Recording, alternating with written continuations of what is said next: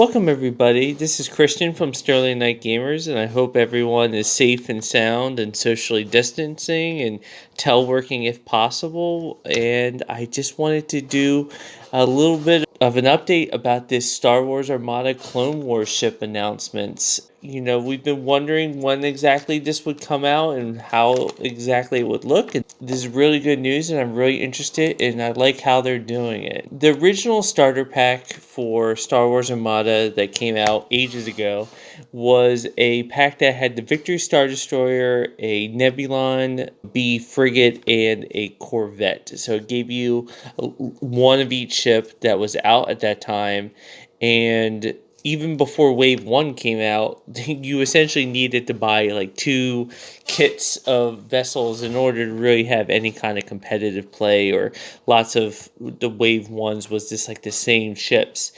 And I should have learned this lesson even earlier, but around like Wave 4 or 5, I switched to just getting Rebel stuff rather than getting Rebel and Imperial.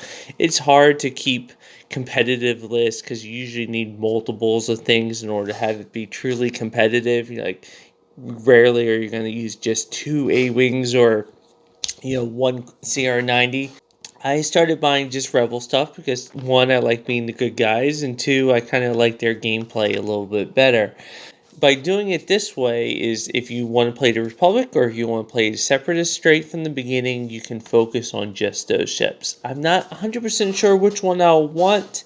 I'll probably just want to play with some of my friends at first, and then before I get a full feel for it. But I do like that this is the way that they're releasing these. So they've announced that there's going to be this base pack that includes, I would imagine, some of the tools and dials and all that kind of stuff, as well as 1 Acclimator class Star Destroyer and 2 Counselor class frigates on the Republic side, and they're also going to have this Republic Fighter Squadron expansion pack.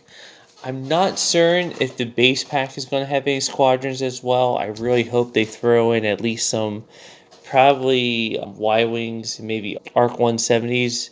But the 2 packs are interesting. Looks like the Acclimator class is just a weaker Victory Star Destroyer, which makes sense. This is like several iterations earlier.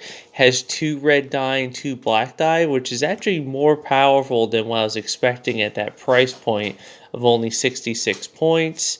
It'll probably have a decent carrier ability, but I'm sure it's going to be blown out of the water by the Venator class Star Destroyer. But of course that will be much more expensive. Counselor class vessels are interesting. They have 2 blue anti-squadrons, so they're actually going to be able to play a really large anti-fighter role and like screening of all those vulture droids that you're going to see. With how cheap they are on the Separatist side, I see a lot of fighter combat in these era of combat rather than a lot of capital ship driven, especially on the Imperial side. So this is going to be an interesting change in the gameplay. The Counselor class seems to have a somewhat similar move maneuverability as the CR90, but at closer range. It looks like it's going to be mostly a blue dye ship. Some of these fighters look really interesting. The ARC 170 has 7 health, and it looks like I guess probably the TIE Defender would probably be my guess of like how powerful it's going to be. I'm sure it's going to be somewhat expensive. It was in canon relatively expensive and a little bit over-engineered for what its role was. I'll be curious if they give it a counter since they actually have a rear gunner. Then the V-Wings seem to be the much more the mainstay fighter, 5 health, but not as powerful of a dice roll as the X-Wing, but it'll kind of have that role. The Jedi Starfighter is a very nimble, has 4 health. I'm actually wondering if it should have been a little bit less than that, but I like the dodge ability that they added to it, as well as the ability to give it a re-roll for both attacking and defending. Its weapons loadout is very similar to the A-Wing, in both its counter and its offensive ability.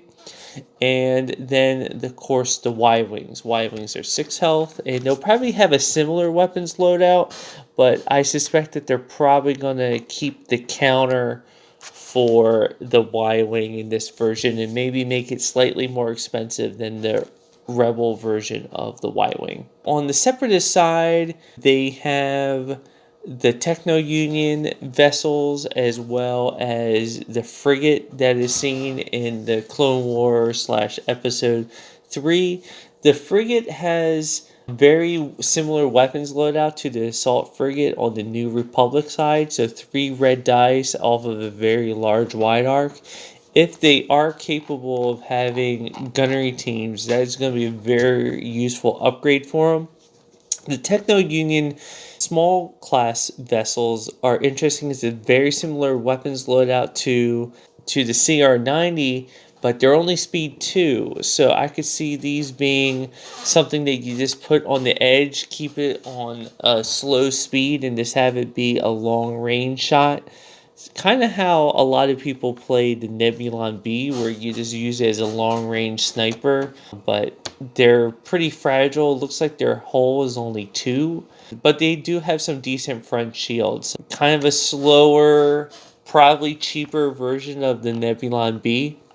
And then they have the fighters. They have various versions of the Vulture Droid, which has this interesting ability to add a die if it's being activated by a squadron. That's a really cool power. I would imagine that would be amplified even more if you have flight controllers or other upgrades that allow you to add die.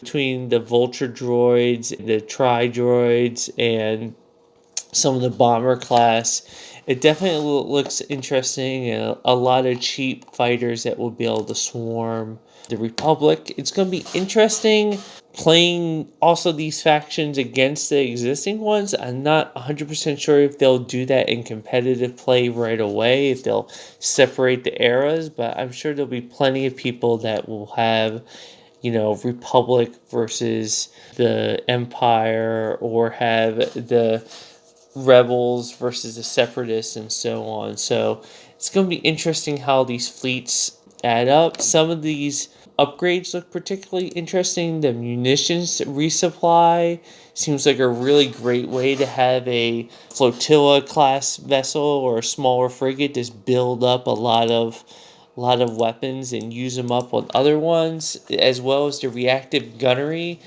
On these ships, I don't think it would be as useful, but I could see it actually being really cool on a Super Star Destroyer or something like that you can have it be able to do its rear salvo, just like the Starhawk that we saw in the last update.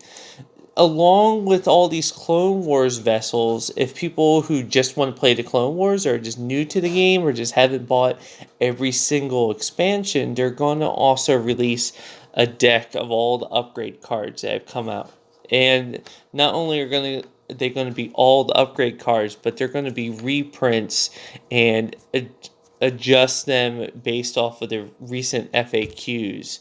So this is nice. It's annoying when you have a card and when you're playing it, you're like, oh, it's actually not what it says on the card. It's this other thing that they said 2 years later. The biggest one of those changes is the XI7s is finally going to be overcome the advanced projectors. In my mind, it really didn't make sense that a cheaper upgrade would make the other upgrade completely useless. So now advanced projectors will be able to you'll be able to move the damage around the whole zone, rather than before with XI7s where you can only have it go to 1.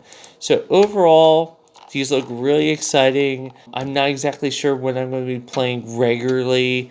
I haven't played Armada since this all started. I've been doing a lot of Steam tabletop games, so I don't think I'll be playing this right away, but when it does come out, hopefully there's a vaccine and we're all past this 2020 nightmare, and we can all go back to playing Star Wars Armada in this new interesting version. So thank you, and what are your thoughts on this update, and what faction do you want to play? Bye.